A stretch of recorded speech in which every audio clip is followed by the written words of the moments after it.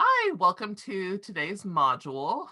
For us, it will be module number 7 in this Master Pal series, where we'll be discussing statements more than questions. If you're following the original series and getting the information off PrAACtical AAC, it is module number 5 that you will be looking for.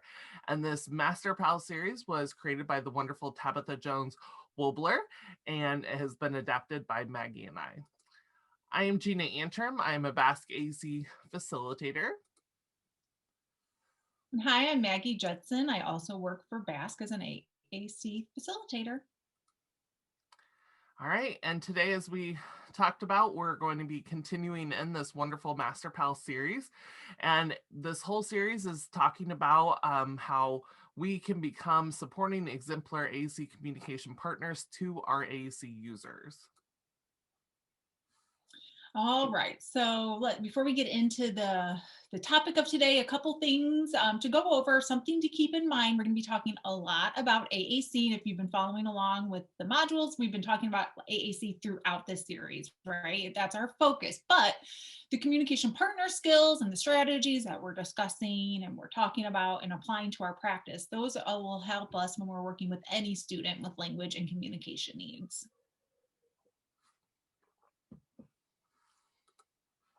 All right, and here are the different topics that will be discussed throughout this whole series. We've covered quite a few now since we are on module 7, but today we'll be focusing on statements more than questions to help support our AAC users. All right, so master pal, let's break it down. The master part, this is where we're becoming very skilled as a practitioner of a particular skill set, right? So this is where we are getting the content. We are going over these different areas and we're really delving in deep so that we are becoming knowledgeable in, we're becoming an expert or a professional in. This is where we're learning these different communication partner skills so then we can apply it to our practice to assist our students. And while we want to be skilled in what we are doing and providing, we also want to be a pal to our AAC user. So a friend, a buddy, a comrade, companion, somebody that they're motivated to and want to communicate to. All right, so we always like to share the Communication Bill of Rights. This is that great document that goes through and explains how everybody, including people who use AAC, have a set of rights around their communication. So this is great. We always recommend printing this off, putting it up in your classroom. You can also use it at the beginning of any trainings that you're doing with your teams. It just has great points that really would facilitate some great discussion. So if you haven't printed it out yet, please do. All right, and then just a little bit more review that AAC is an umbrella term. It does encompass the communication methods and tools that are used to supplement and or replace speech or writing for those with impairments in their production or their comprehension of spoken or written language. So it really is an umbrella term and encompasses a lot of different things that we'll be talking about throughout the series. All right, and another thing to keep in mind, maybe you are here, but you don't have a student with AAC, or you have some students and you're like, I wonder if they could benefit from different AAC supports, strategies, equipment. We like to think of it as one simple yes or no question. Is your student's speech meeting their communication needs? And if you would have to say no to that, then yes, they would benefit from AAC. They would benefit from you being a master pal. So that's awesome that you are here going through this module with us today. All right, and now to dig into our topic of statements more than questions. And the little motto down here is that life is not a test. And so we're going to really delve into this topic and what it means. All right, so let's start with making some connections to our experiences and the things that we go through every day. So consider an interaction when you're making a plan with a friend. Um, so this could be, you usually ask some questions. Where do you want to go? And then your friend might say, well, I don't know. What are you in the mood for? I don't know, nothing really. What about you?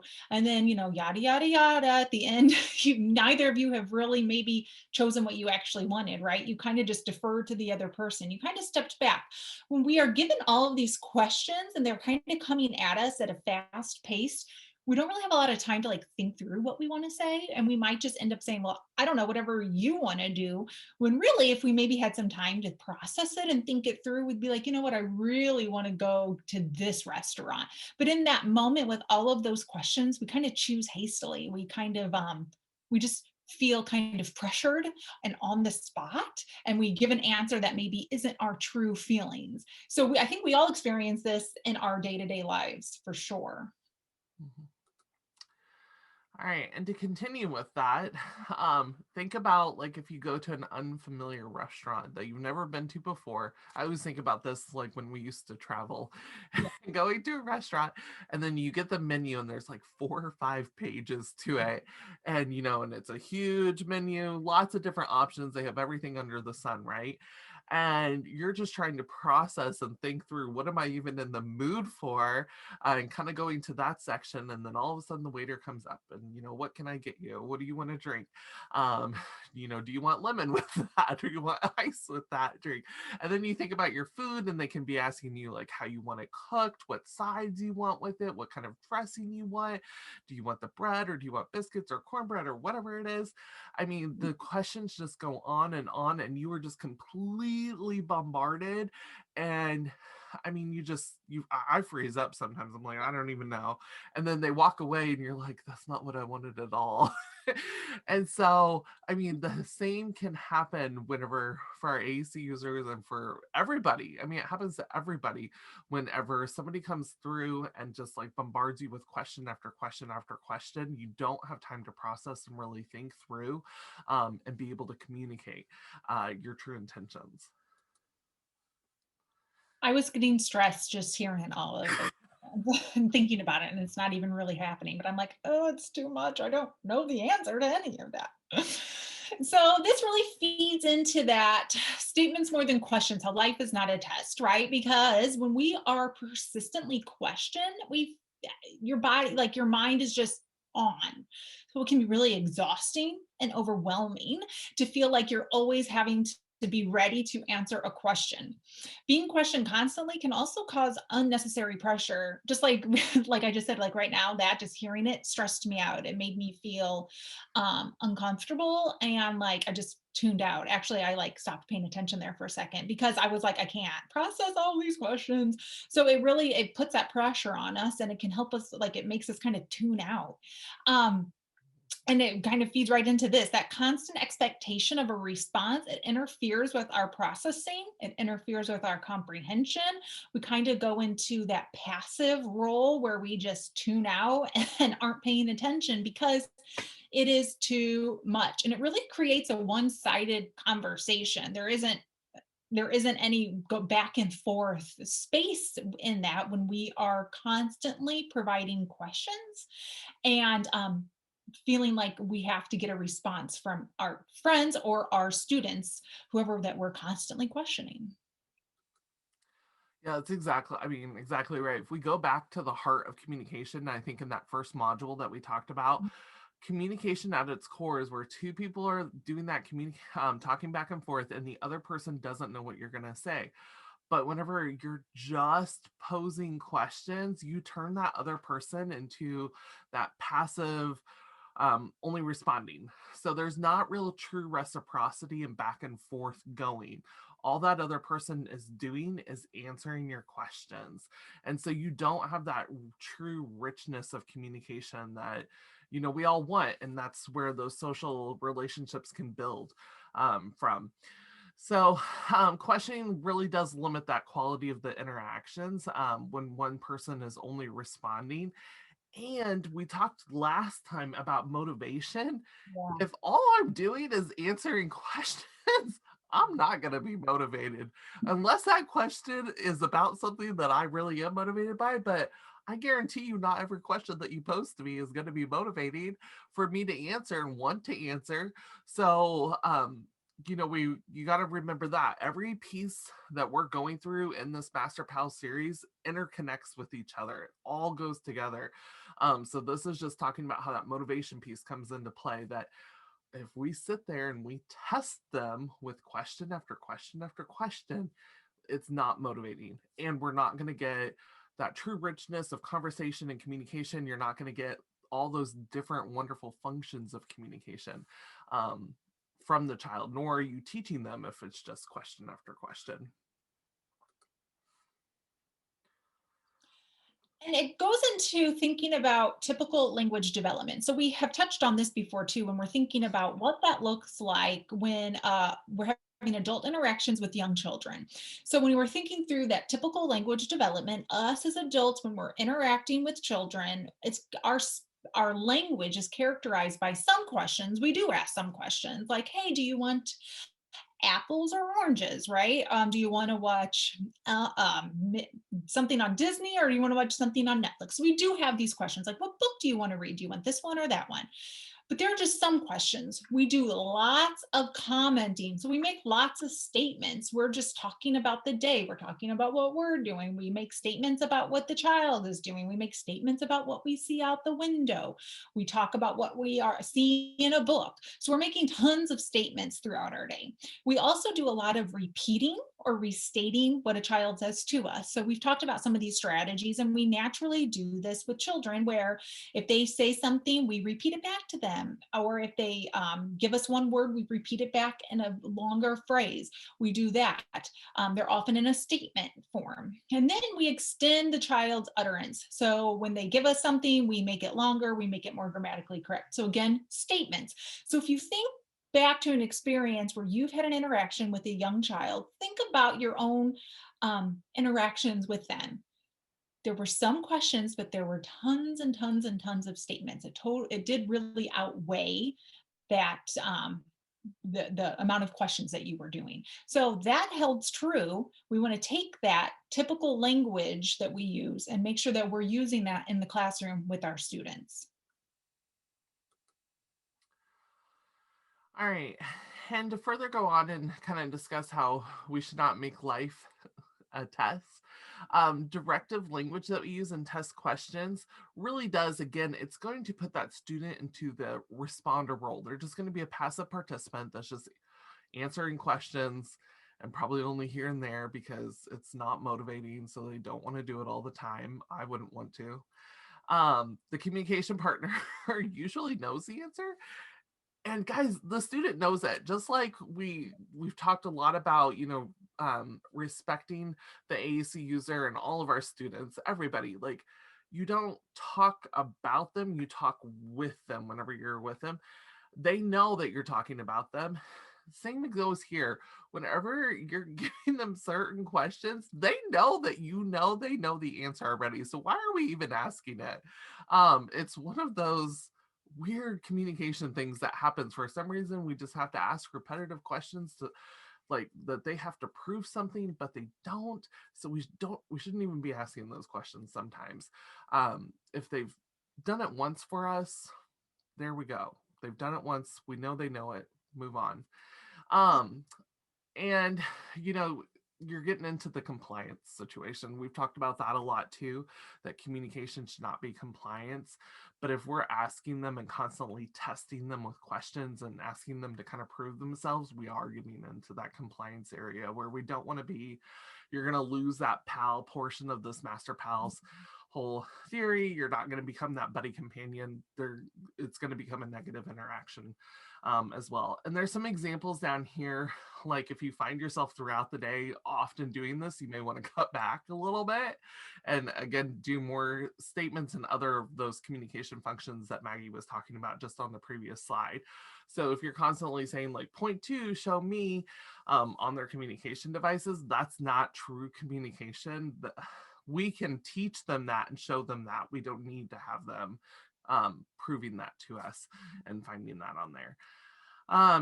If you're asking them questions about their daily routine more than once, again, that goes back to that where they know it, we know they know it, but yeah, we're asking it.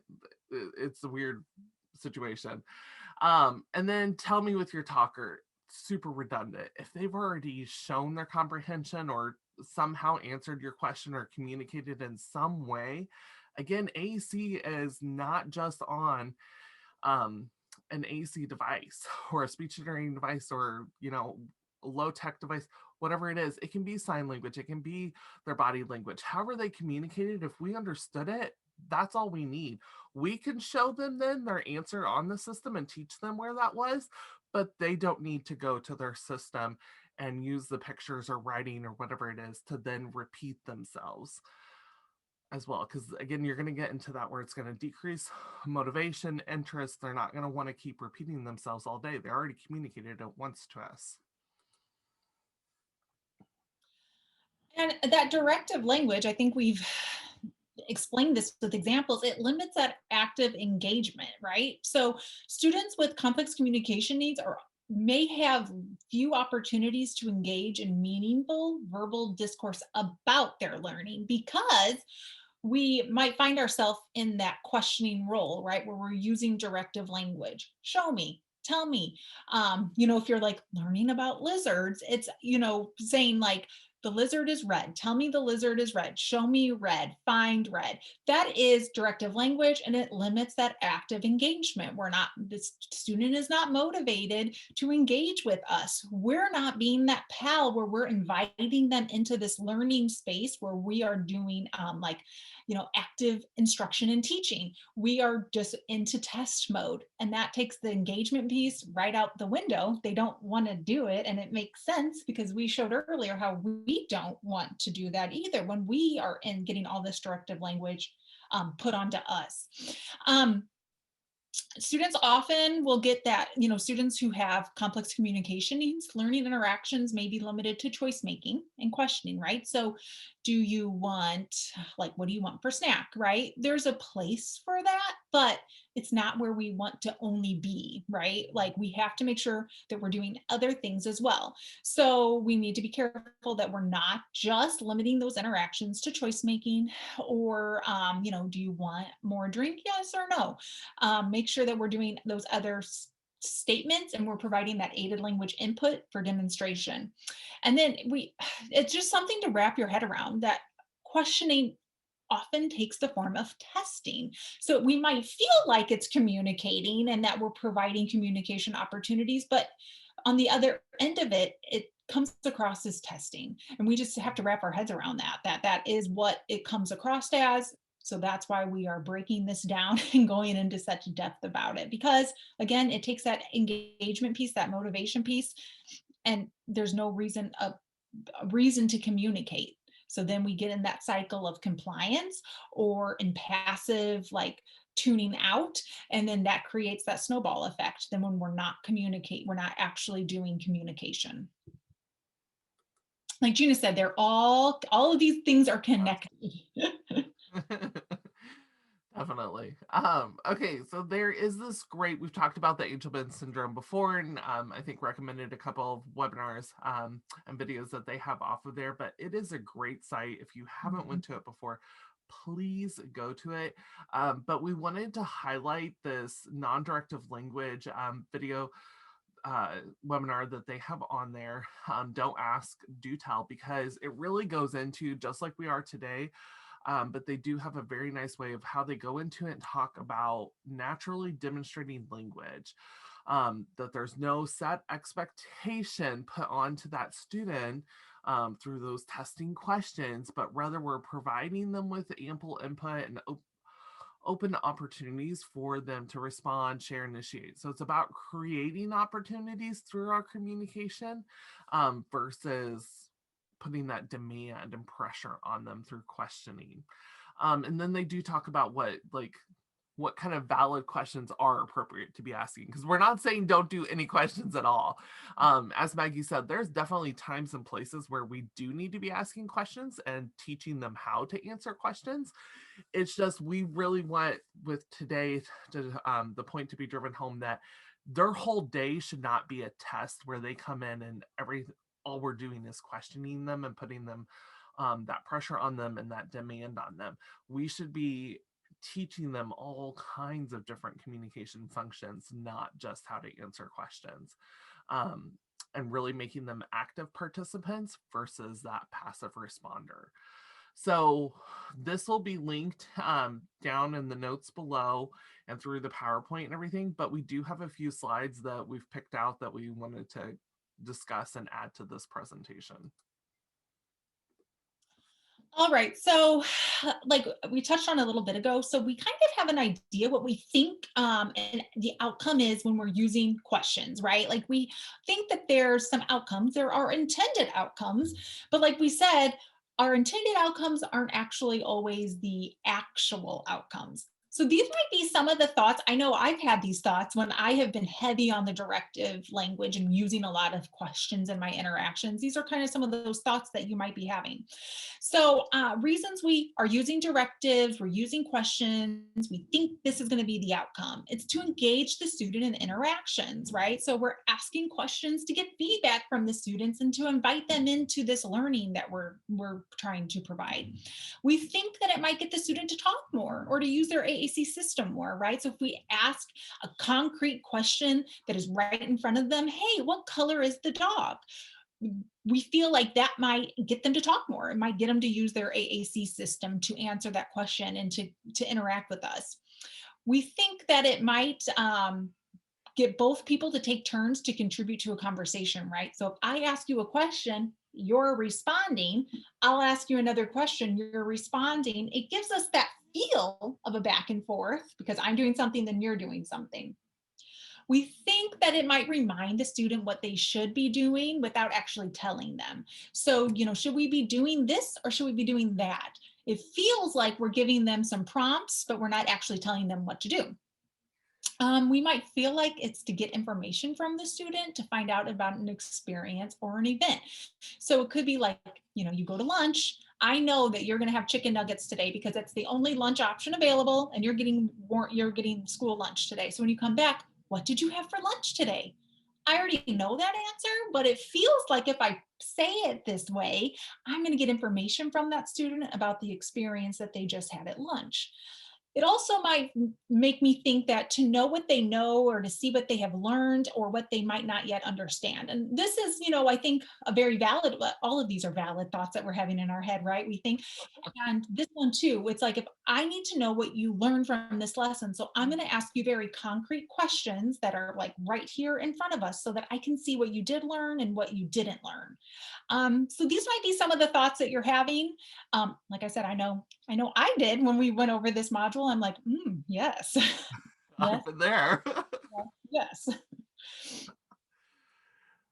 All right. But so those are the valid thoughts, as Maggie said, that we've all had. We've all been there, her and I for sure. But the actual outcomes of those directives and the questions that you use whenever you have direct language is that you limit that initiation piece because, again, they're just learning to become responsive Mhm. to their communication partners versus them actually initiating comments, drawing your attention to something, or starting a conversation on their own. They're not getting that experience, nor are they seeing how to do that necessarily. If all they're being put through is questions after questions. You reduce that genuine participation because, again, they're just passive responders. And it may be something that they want to talk about or not, but you're not getting that actual true rich conversation piece going on and back and forth that we love about communication. You encourage dependence, learned helplessness through continued use of direct language and less exposure to all those different types of communication functions that could be going on. You're going to increase frustration. I mean, Maggie and I talked about right at the beginning. Mhm. We got frustrated, pressured. We shut down if we're asked too many questions, and put through that pressure. So if we feel that, I mean, definitely our students are feeling that as well. Um, you encourage that apathy piece. You create that conversation imbalance because, as Maggie said in one of her examples, where you think you're getting a two-way, you're not. They're just answering. They're that passive piece, whereas you're playing that dominant role by being the one who's leading it and asking the questions, coming up with the topics, coming up with the information. Um, we've already mentioned this, but again, it's decreasing that motivation. And we know from last module that we discussed, motivation is a huge piece. It's part of the prompting hierarchy, that they have to be motivated and interested. Um, creating poor, inaccurate language models, because again, we're not exposing them to as much of that richness of, being able to comment, to share and tell a story, or to do a joke, or to draw your attention to something, if all they're doing is answering questions. You're going to generate inaccurate data for your objectives and your goals that you have, possibly. And it occupies the space intended for that teaching and that learning that could be going on if they're exposed to really rich language models and different types of communication functions. So it's about thinking how we can make some shifts in ourselves so that we're just moving away. If we find ourselves, after some reflection that, yeah, we really are using a lot of directive questioning language, it's just making that shift. How can we move more towards non-directive language? After we saw what we thought were the outcomes, but what the actual outcomes are. So non-directive language, it provides language input that does not direct a student to say or do something. Non-directive, it does not direct. So this is not where we're telling a student, right, what to say, or when we ask those questions like, what color is the dog, right? There's only one answer they can give that's going to suffice this question, right? We've locked them in to a one-sided thing. But if we use non-directive language, the student can give us can respond and can interact with us and can say something that's on their mind that we weren't directly going for. It models the use of the student's communication system. So again, there's where we're doing demonstration through aided language input, because there's no expectation of the student then to do it. So if we want to talk about the dog, right, we can go onto the student's AAC system and say, look at that dog. That dog is brown. And I can provide that demonstration of the word brown, and then I can move on, right? So I've done some actual like instruction with that, right? I'm not testing them to tell me afterwards, like, now you tell me what that dog is. We're going to move on. I've done my demonstration. I've done aided language input. Maybe I'll do it throughout the book. I'm reading a book. Oh, there's that brown dog again. So I'm giving demonstrations. And we want to include, like we said earlier, genuine questions. These are the ones that we don't know the answer to. This is not, what did you have for lunch, when we know what they had. That's not a genuine question. A genuine question is when we want information because we don't know the answer and we don't know what you're going to tell us. That's where that genuine conversation piece comes into it. So there is space for those actual good, genuine questions. All right, and to go a little more with examples of more appropriate questions and genuine questions. So as Maggie said, like, a valid question is where we don't already know the information. So it goes back to that heart of that communication piece where two people talking and we don't know what the other person is going to say to us. We don't know what information they're going to give to us if we ask this open-ended question. So we want to make sure that the student, though, has a way to answer, that they are able to use consistently and reliably, that they have access to the vocabulary, know where it is to be able to answer that type of question, as well, that we are posing to them. If it is meant to assess knowledge, determine how we are going to record and use that data before we collect it. So just being aware of what your objective is, and why you're asking that question, what you're really taking away from it. And then keeping the testing and valid questions to a minimum. Again, there is a time and a place for those questions. It's just, it shouldn't be all day, and it shouldn't be the only like communication function and language concept that they're learning. So some examples of genuine questions, Maggie gave a couple there, but like academic test questions, again, this is kind of where that the time and the place is. Like, what was the setting of the story? Choices when we really don't know what they're going to pick. Who do you want to sit with at lunch? So instead of asking, what are you going to eat, when we already know the answer to what they're going to eat, because we know that they're choosing the school lunch and there's only one option, who do you want to sit with whenever you go to lunch? We don't know that answer. So that would be an example of a genuine question. For social interaction and information seeking questions, what are you going to be for Halloween? I know my kids, this changes like 5 times before they figure out what they're gonna be for Halloween. And it's like the week of they finally figure it out, or they just have to go with it because there's no more time. But so questions like that, like, I mean, yeah, we can repeat those questions because sometimes they do change, but again, it's something that we don't know the answer to, because interests change so quickly sometimes on certain topics.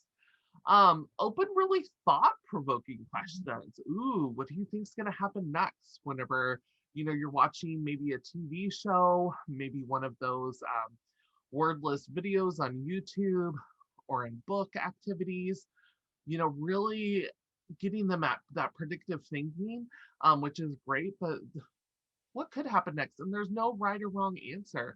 It's just them sharing what's going on in their mind and what their thinking is. And then feeling or state of being questions, because again, this is going to change frequently how we feel throughout the day, it changes. And if we see through our observations and everything that we talked about again in the previous modules, it's coming back into play. How do you feel? And then we can use some of that verbal referencing that we talked about and say, well, I just saw that you did this, so it made me think, and then go through that whole process. But those are some examples of some more genuine questions where, again, we don't know the answers or what they're going to tell us. So it'd be more valid, and it's not necessarily testing them and putting them through bombardment of pressure. So let's like take some real life examples that might be happening in the classroom and think through like what we could be saying then, because whenever we're making a change, it's like, oh yeah, I get it. That makes sense. But if you don't like have some, I feel like some scripts in our head on like what we should be doing differently, I know I'm going to revert back to what I'm used to and what I'm comfortable with. So taking some time to kind of practice through routine parts in your school day is a helpful practice. So like doing building toys, so blocks, Legos. So what are some non-directive phrases and things that we could say in this everyday interaction with a student? So instead of holding up, the Lego and saying, what color is it? When we can all see that it's blue, we could just say, oh, look, it's blue. Let's put it on. Narrate what the student is doing. Oh, you put it there. Did it fit? Oh, and then, when they crash it down, oh, it fell down. Um, I like just like these open-ended comments. Ooh, look at that. I find myself like demonstrating look a lot, like during free play type things like this. Cause I'm like, oh, look, you put it up. Oh, look, it fell down. Oh, look, you put on the green one. Um, as they're reaching for one, this is great. Ooh, you're going to get the yellow one. They're already going for the yellow one. So then you're just commenting on colors in a natural way. Ooh, my turn. Oh, now you do it. And then here's a good question. Can I help? This is like a good question where you're asking, like, you want an interaction, you want to see. And usually, like, I feel like a student, they're not going to answer me. They're just going to either do it. And then I'm like, oh, you did do it all on your own. Good job. You did it. These are non-directive things that we can say during an activity like building blocks. You don't have to just ask what color it is. Do you want more when they're reaching for it? Verbal reference. Ooh, I see you reaching. That makes me think you want more. Here you go, and give it to them. All right, some other examples. So that was with blocks. So with reading books or magazines in your classroom, you can do commenting. I don't like that. You can draw attention. Ooh, let me see what's going on, or look at that. That's what Maggie said. Look is such a great word. And I just love it because it teaches them to draw attention, because that's going to be an initiation piece that they can then use to get our attention to something of interest for them throughout their day for any kind of circumstance. Giving them the command, turn it, or asking one of those open-ended predictive questions, what's next? What do you see? What do you think's going to happen? I wonder what they're going to do. Giving another command to get another book or another magazine, protesting, oh, not that one, or not again. And then, choosing like, I want something different. Okay, so those were just some examples, but then some like overall strategies that we can use to help us get into statements and move away from questions. So one of the great things is that think aloud, and we've touched on this before, right? So think aloud is that self-talk. Self-talk about what we are thinking, what we are doing, and what we are feeling. This can, like, we take our turn here in the conversational turn. So like, we can think aloud about like what I'm doing, and then we can think aloud about what the student's doing. Oh, now I'm going to put the blue block on here. Ooh, I wonder what you're going to do. Oh, you're going for the yellow block. I wonder if that'll fit. Oh no, it fell down. We do lots of commenting, right? So we're just talking about like what we see. Oh, look out the window. I see some birds. Ooh, I just heard something. That was an airplane that went over the school. We're just commenting. We're just talking about what's happening. And then also those problem solving things, we're problem solving aloud. So this could just be like in an activity or in the day or with the student's communication device. But the thing to take away from think alouds is it's just we're narrating. So we're being the Morgan Freeman of our day, where we are just narrating what we're doing. We're narrating what the student is doing. It feels like we're talking a lot because we are talking a lot in an appropriate way, right? We're leaving wait time and think time in between comments that we're saying, but we're just talking a lot so that we can think aloud, and we give lots of exposures. And in that, we're incorporating the use of the AAC system. We're demonstrating some of those words that we're saying, right? We're providing aided language input as well, so that we can immerse them in that, in their language. But then we can follow it up with open-ended questions too. So again, there's a place for those questions, but it's the open-ended ones, the genuine ones. So, ooh, I heard that. I'm pretty sure that was an airplane. Did you hear that too? Oh yeah, cool.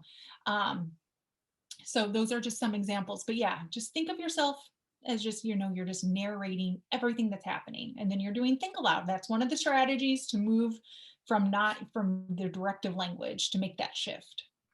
I love how you brought up that think alouds. Like that's what I love them for, is the exposure to so much aided language input and the vocabulary during this time, because again, it's just narrating and talking through and showing the students how we're processing. So we're going to go into some more examples here with these think alouds and kind of give even more examples and really delve into it.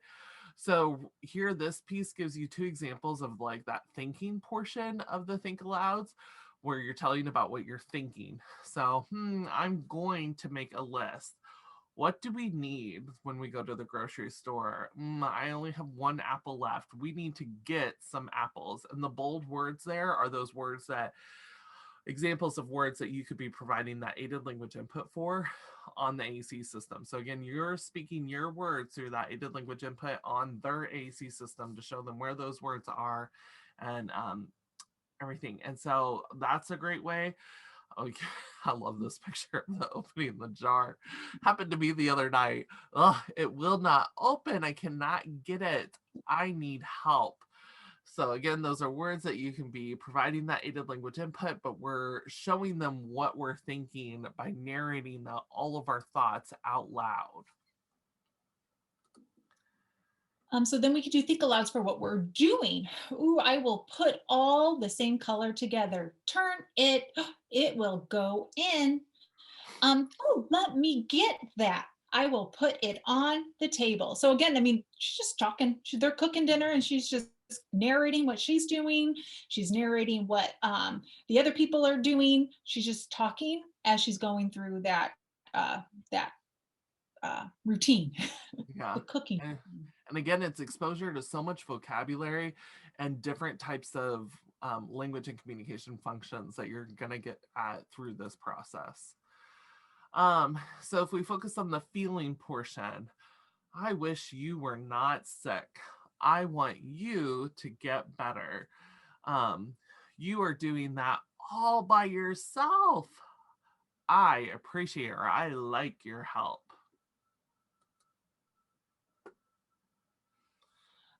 So some think alouds for taking your turn to create that balanced, like natural interaction. So we've talked about how, all those questions create one-sided. So how can we make sure that we're taking turns here?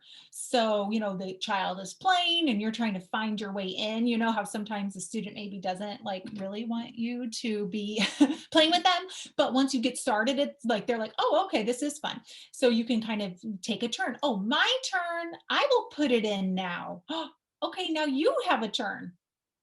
Or like here, they're just commenting about what the kids are doing here. So I like green. I will make a turtle. Ooh, look at my turtle. It's green.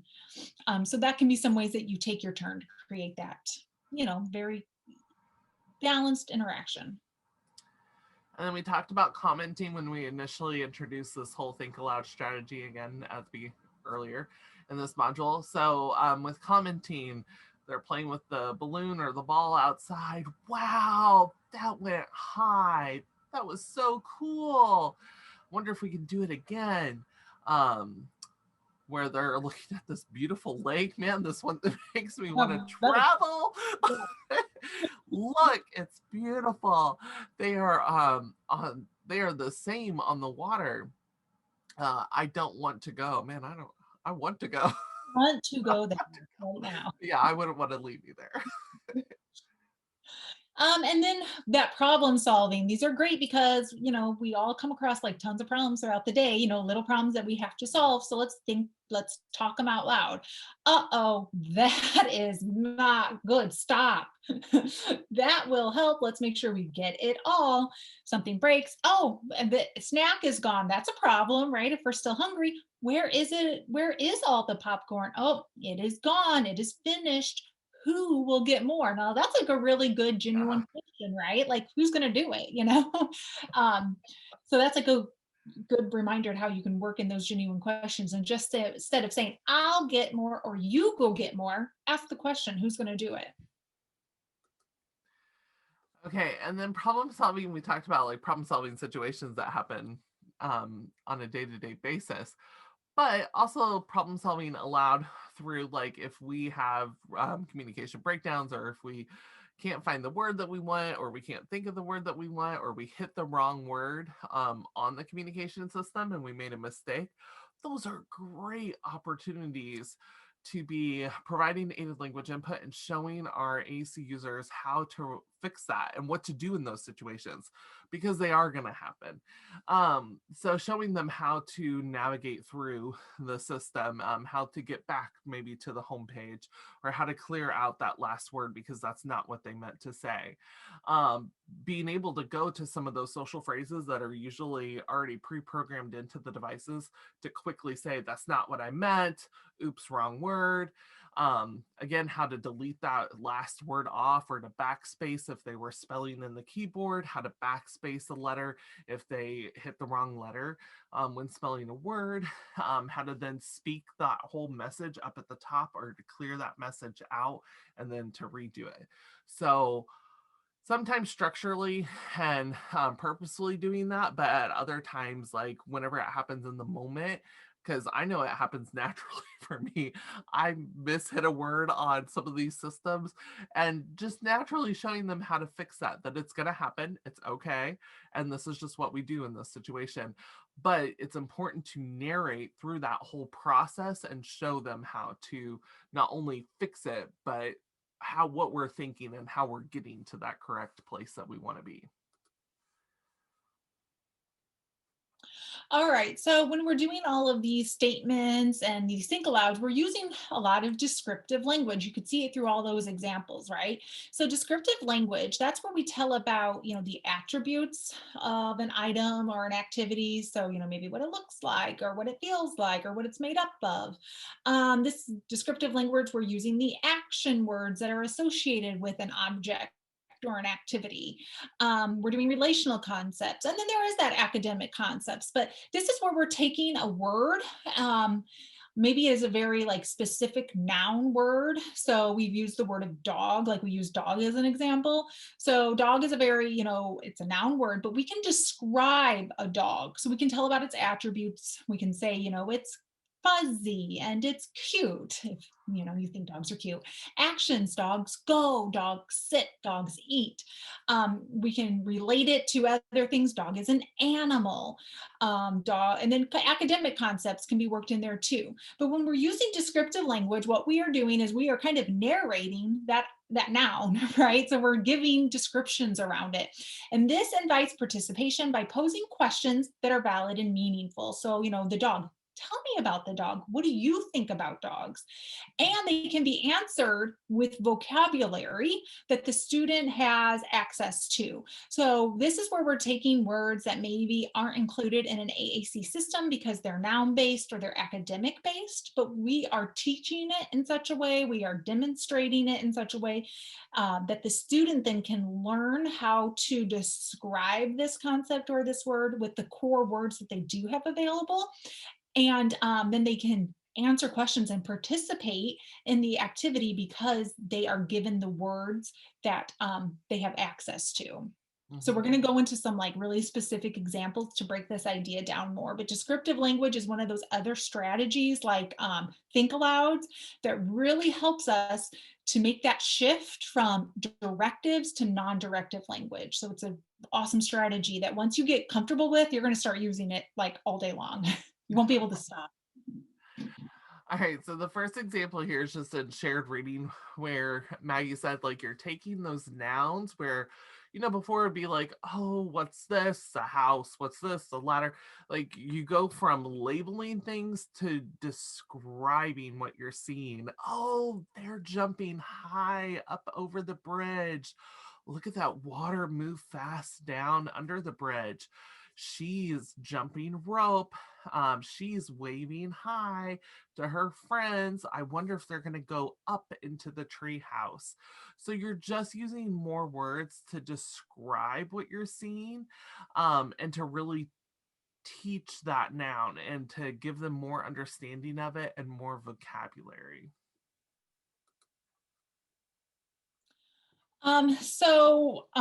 To think through that, to invite that participation for any of the activities that we're doing, we want to just go back over there and think about asking open-ended questions.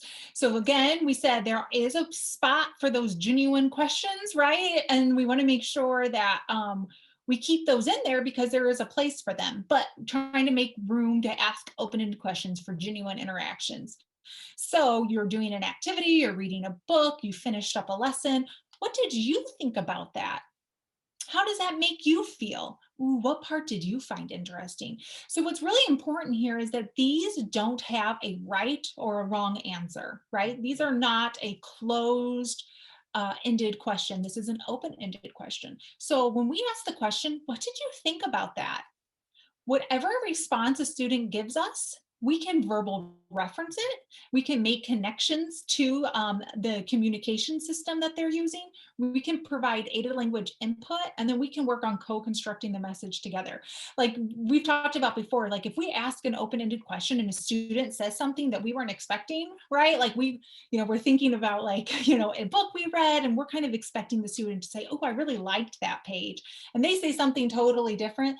We always assume that that is a response, that this is their thoughts, and we take it upon ourselves then to verbal reference it and make a connection somehow to that story or to something maybe that has gone on in their own life. So we're always working on how we can make those connections, because when we ask open-ended questions, that's what we want. We want a genuine response from the student. So whatever they say, we make it connected and we work through with that. These are some really good examples. What are your ideas? What does that make you think of? Ooh, tell me something that happened. What did you learn about that? That's a good open-ended question that we can then take and connect to the student's learning.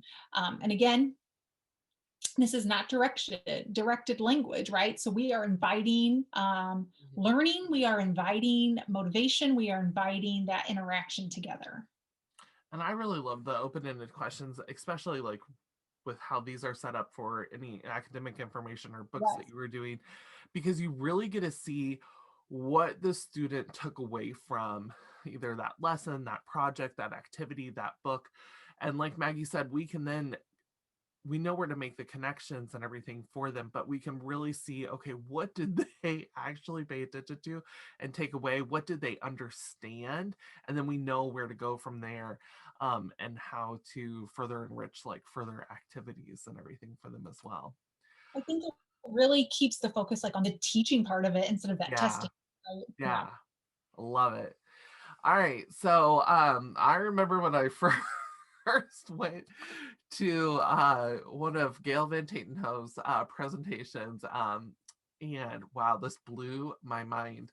Um, but descriptive teaching versus referential teaching. So if you walk into a typical classroom, um, regular ed classroom right now, this is probably what they're doing is referential style teaching. But we want to show how you can do more descriptive style teaching, especially with our AC users, so that they're going to have access to that vocabulary. So we talked about that a few slides back, like making sure that whenever you're asking certain questions, that they actually have access to the vocabulary that they need. So if you look on the left side here, um, solid, liquid, gas, carnivore, those are not typically words that are included in a robust speech generating device, or even if that student has like maybe a low tech device or a core manual communication board that they're using, they're not going to have access typically to those words. Or if they get access to those words for that lesson, then it's taken away and they don't have it like for future lessons and everything. But if you teach them how to describe those words, and amply teach them through repetitive learning experiences with variety, and you show them what these words really mean and how to describe them, they can then answer those questions and show us their understanding for the words. So instead of like maybe a teacher saying name 3 states of matter, instead we could be like, tell me what solid means to you, and or describe something whenever it's solid. And then they can use those adjectives, those action words, all those things that Maggie talked about on that first slide when we introduced descriptive teaching, to then show their understanding for that vocabulary word. They don't necessarily need access to that vocabulary word specifically to be able to show their understanding for it and that they understand that concept. The same thing down here at the bottom. We could say, is the T-Rex a herbivore, omnivore, or carnivore? Or instead, with descriptive teaching, you're going to have days where you've been teaching this, you've been showing them this vocabulary through aided language input. It's not a testing situation. You've been teaching it and everything. And then you can go back and ask them a little bit more open-ended questions somewhat to tell them, what do you know about a T-Rex, or what does the T-Rex eat? And they can demonstrate their knowledge for you after those days of you giving them that repeated exposure to the vocabulary and this descriptive teaching. I love how you said demonstrate their knowledge. I feel like this descriptive teaching, like it helps us teach better because we are focusing on not just being able to like label the noun, but we are Yeah. teaching what that noun means through all these words. And then the student, then we teach that and they're able to demonstrate their knowledge in a way that actually they can access because they have access to this vocabulary. If they don't have access to carnivore, then they can't demonstrate to us that they understand this, right? But if we give them access and teach them core words, how to define it, then they can show us what we've taught them. So I just love how you said that. It was good. Okay, so keeping on with descriptive teaching here, identify the key concept to be learned. So if this is a little new for you, if you've done a lot of referential teaching, you're going to think, you know what, I like this idea. I'm going to work in more descriptive teaching here. It is helpful to think through it ahead of time a little bit. As you get better at it, you can do it more on the fly, but I still find that I need to like sit with some words and think it through, especially if they are like very academic words. So identify the key concepts to be learned in this lesson or through this, very academic specific vocabulary, because through there, then you can define the vocabulary words with core vocabulary. So if we're talking about dinosaurs, okay, what are the key concepts that we want to teach? All right, what are the key concepts that we're hoping our students take away from this lesson? So we pick out a couple key concepts. Then those concepts are vocabulary words that we practice, that we go through, and then we describe them with core vocabulary. So we're defining those words, so with words that the students have access to, that we are going to provide aided language input through demonstration throughout, this whole lesson, and lots of different activities. Then we're going to use that core vocabulary to talk about key concepts and explore related concepts through discourse. And this is the talking that happens in a lesson. So this is where that teaching comes in, right? So if we are just asking those questions, if we are just, like we do one activity and then we ask questions and we expect the student to be able to answer them, that's that testing, right? There wasn't a lot of discourse around the topic. Discourse is the conversation that we have that is ongoing throughout the lesson, where we're connecting it to background knowledge, and we're connecting it to the activity that we did last month, and we're connecting it to this video that we're watching, and now we're connecting it to this experiment that we're doing. We're having all these conversations, and we're using all those core vocabulary that we identified to define the words, so that the student learns it through our teaching. So that discourse piece, that conversational piece, is very important. But those are kind of like the key concepts when you're thinking about descriptive teaching. Identify the concepts, define the words, and then have lots of conversations with those core words throughout the learning process. And here's a further example of that. Excuse me. Teaching those descriptive verbs. So Maggie said, talking about defined photosynthesis, not a word you're gonna find in an AAC system. It makes me laugh every time I see this slide. But get light, make food. These are all things that whenever we go through and we can define that vocabulary word that they're doing for, that unit or that lesson or whatever, and teach them what that vocabulary word, so that they can then demonstrate their knowledge in another way, that they understand this process, they understand what we were talking about, and when they see this word, they know what's going on. Or if they see this when we go maybe on a field trip or something, they can then talk about, hey, like the sun is coming down and this whole process is going on, that they're getting light and they're helping make food. We can summarize. So after reading a book or a story or doing any kind of lesson like that, tell me about that story, or tell me what you thought about it, or what you learned from this little reading excerpt. I can't talk today. That we did.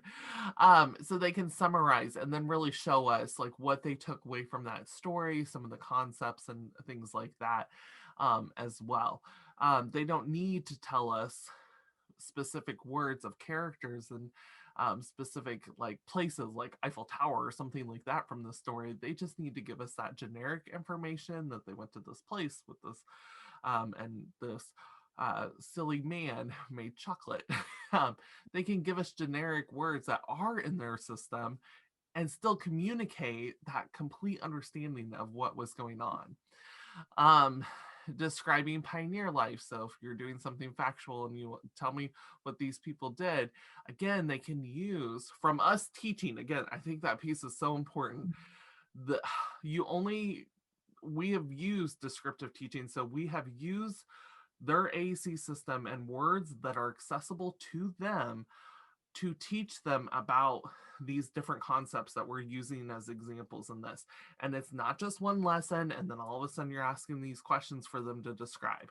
You've done it over a couple of different times, if not many times, teaching repetition with variety, and then you're asking them to come back and show their understanding. But that teaching amply part is so important. You can't just do a little bit and then all of a sudden ask them some of these questions or to do some of these skills. Um, we know our kids benefit from repetition with variety, so you have to be doing that, and you have to be providing them with this vocabulary and teaching them this descriptive teaching with the words that are accessible to them through that aided language input strategy. And then they can be able to then reiterate it to us through these different ways of describing, summarizing, or defining. I like that phrase that you said, teaching amply.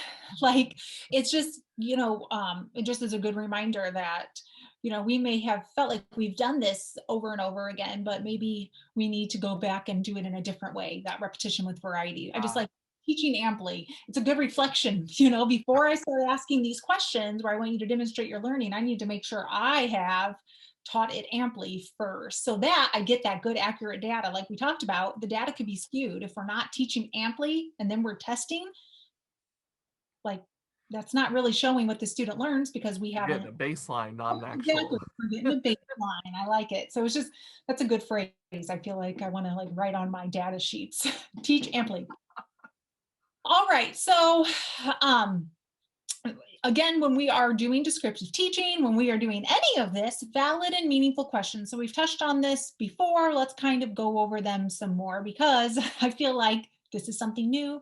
You need practice, you need those examples. I know I do, because like I said, it's easy to kind of fall back into what we're used to.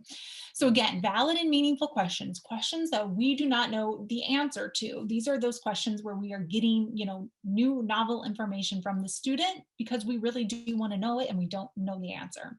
Valid and meaningful questions are related to information that is of high interest to the student, right? Or that has been learned through sufficient discourse, that ample teaching. We've had lots of conversations about this thing.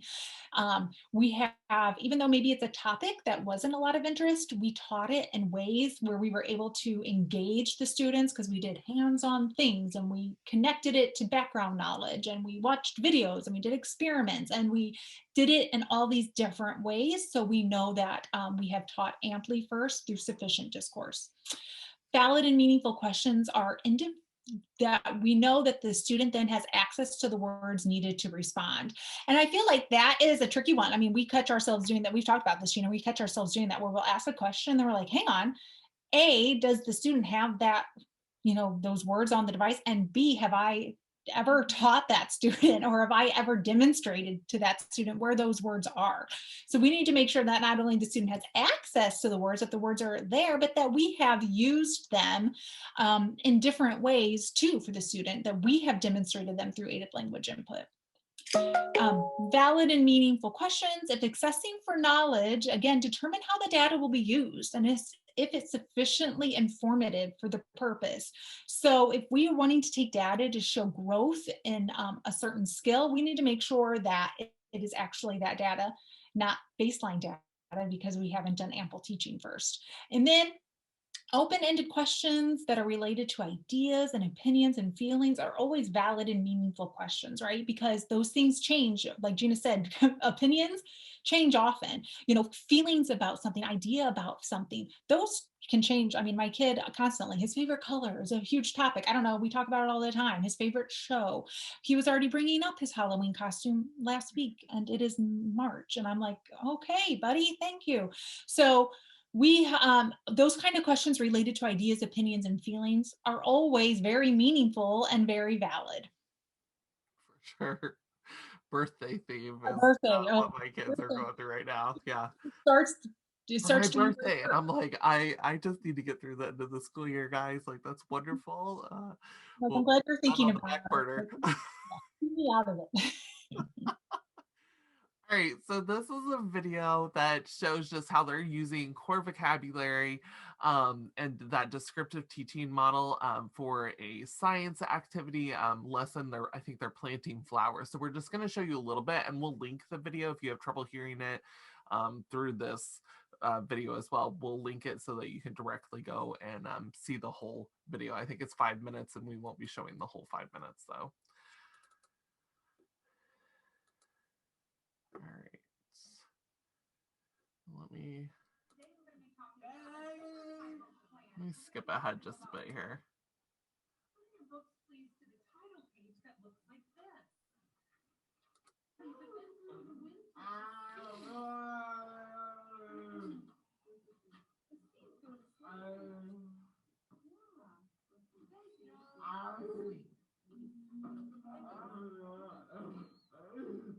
help make the dirt ready. You help make the dirt ready. You help make the seeds ready. And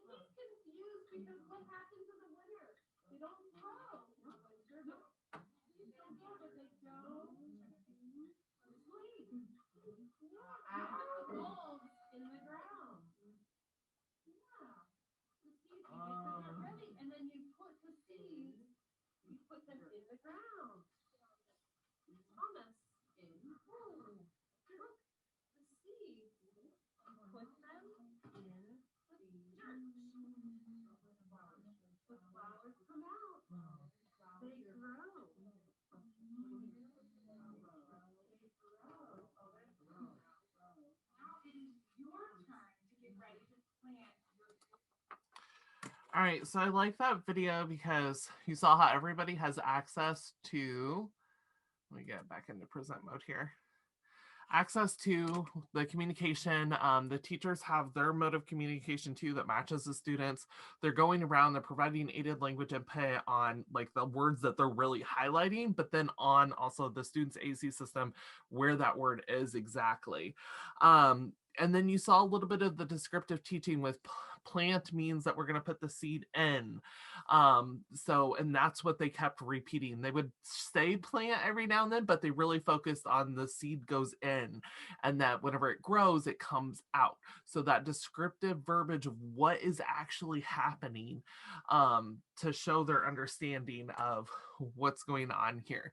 So you would hear different concepts, again, kind of presented, but then the real focus was on those descriptive words and the vocabulary that the students actually had access to be able to describe and tell what was going on.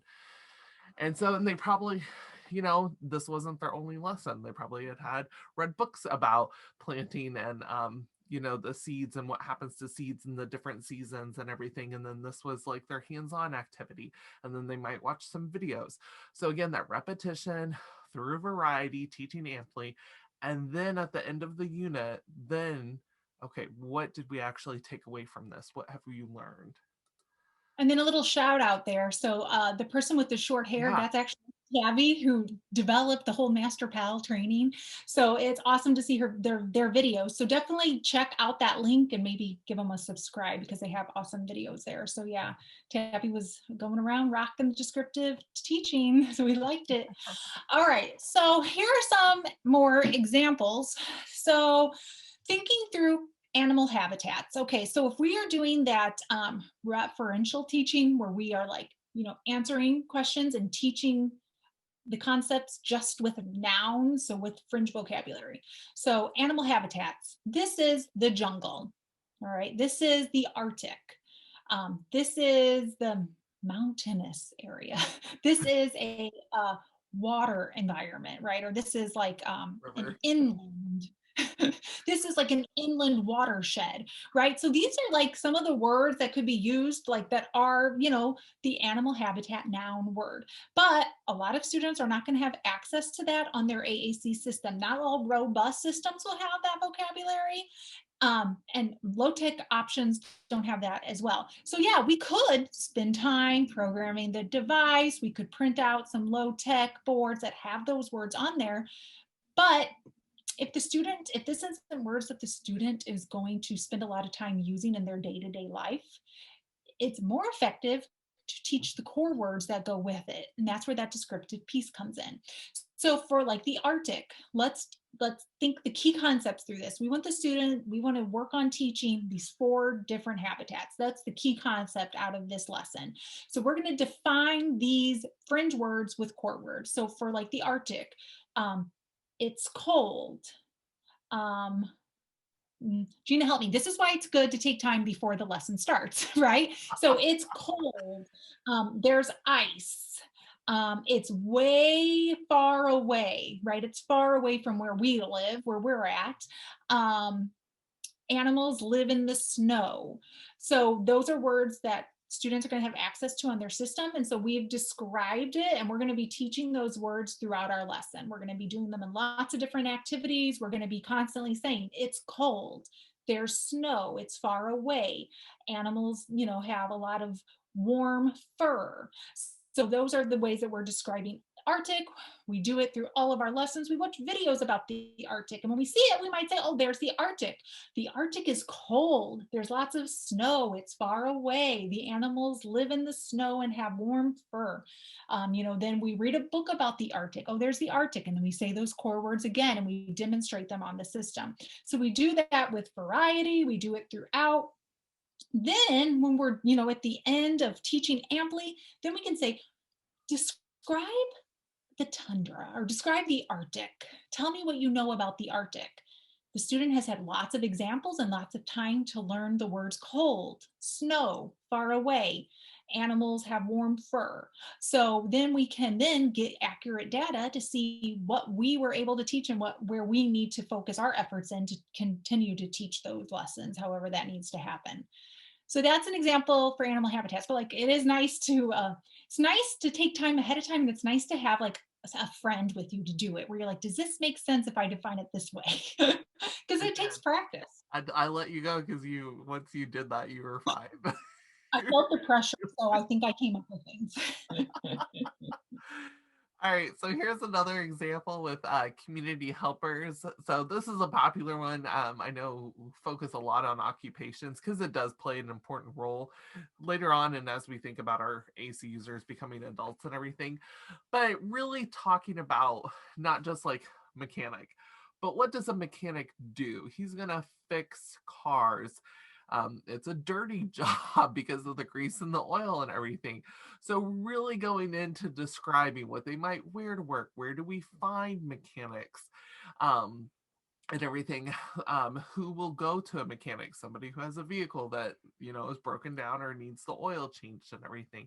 So we're going to talk about all of those things, what soldiers do. Soldiers protect us, they help us. Really giving them those core words and showing how even like the doctor can help us, the soldiers help us, firefighters help us, how some of these core words are going to overlap too, um, and everything as well. So there's another example. I lost my words I right know. there, but Well, because it's yes, just but we want to use, sorry, now I found them again. But you want to use that descriptive teaching to not just give them a label, because that doesn't really show that student what that person does, and give them full understanding of how that person plays an important role, especially later on in their life when they may need them. So you want to use that descriptive teaching to really increase their understanding, expose them to that vocabulary and that different language. And again, we go back to this, teaching that amply and through repetition, like Maggie said, watching videos, reading books, doing sorts through the different occupations and everything, as well. So different activities, lots of teaching, and access to the vocabulary that they can actually use to describe these. Okay.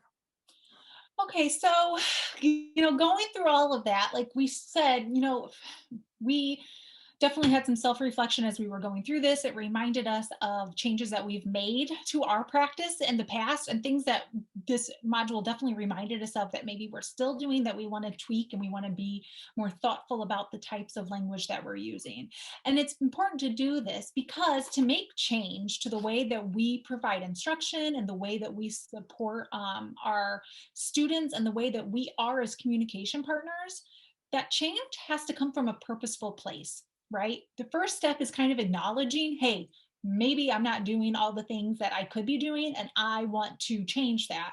But it has to come from a purposeful place, because being an effective communication partner or an AAC facilitator, it is not intuitive. It isn't where it's like you start working with a student that has an AAC system and you know exactly what you need to do to make sure that you are providing that student with evidence-based and best practice techniques and instruction for them to learn it. It just doesn't happen that way. It's like, and maybe some of the things that we have learned along the way, the changing now is different. There's new research and those ideas have shifted.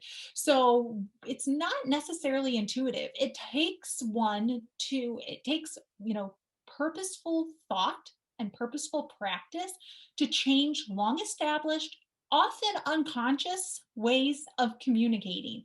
And the only way to do that is to self reflect and to really take time to practice implementing these things and allow yourself to be uncomfortable. Like if it's something new, um, it's not going to feel great at first because we're going to feel a little uncomfortable. That's okay. It's okay to be learning something new and also be making mistakes along the way, right? Like that's all okay. It is like that mind shift where it's a growth mindset, right? So it's just nice. I always like when I see these things because it makes me feel like, okay, I know, like, once you learn more, you can do more, but it's nice to know that it isn't necessarily something I was supposed to know right out of the gate, and that it's okay that it takes me time to learn it and I have to kind of go at my own pace a little bit. But that's why we love like these modules. All of these have been so good to really help us get purposeful with the change that we're making to ourselves to be good communication partners. For sure. Okay, so now we're at our recap. All language is learned through demonstration. I like how we end on this every time, whether it's developmentally, if it's a foreign language that we're learning, or if it's through AAC, etc. All language is learned through that demonstration piece. And that demonstration piece is that aided language input that we're going to use. And that's again where we're speaking our words on their AAC system to be able to teach them that language in those words. Be a pal. Again, last week we really, or not last week, but last module we really talked about this with being the pal, motivating them. Be a pal in this again. Don't just ask questions, but comment, describe, explain, extend upon their utterances. All of those wonderful communication functions that are a part of our language, expose them to on a daily basis. Um, you can also ask your valid and meaningful questions that are open ended where you don't know the response to them, that they're really genuine. Teach amply again. That must be where I got. I Yeah. was reading through this. Plus, I think we did it in another thing we were talking about it. But anyway, teach amply before you test. Again, otherwise you're just getting essentially baseline information. You're not going to be getting accurate data. You have to actually teach the concept, just like we have to learn something and really have a lot of practice with it before we feel like we can actually demonstrate it. It's the same for our students. We have to teach amply before we test them, or try to see what they've taken away, and use language and vocabulary that the student can access. So that's where that's going to go back to that descriptive teaching, because photosynthesis is not going to be a word that they have access to.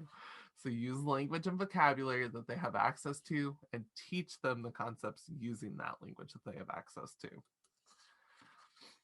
All right, and then a couple places to learn more. We've shared things from Project Core before. We'll share them again because it's always great information. But they have a little webinar embedding communication throughout the day. Definitely great and connects to this topic. And then again, the Angelman Syndrome Foundation has just so many great webinars. We shared one up above, and a lot of this information came from there. Don't ask, do tell, non-directive language. So that is a definite one to go check out. And then they also have webinar 24, and that goes into descriptive language, what we talked about here at the bottom part of the module. So these are great places to go to delve in deeper so that you can be very purposeful about the changes that you're making to your practice. And thank you so much for joining us today for this module number 7 with statements more than questions. We look forward to discussing it more in depth with you when we meet next time. Thanks.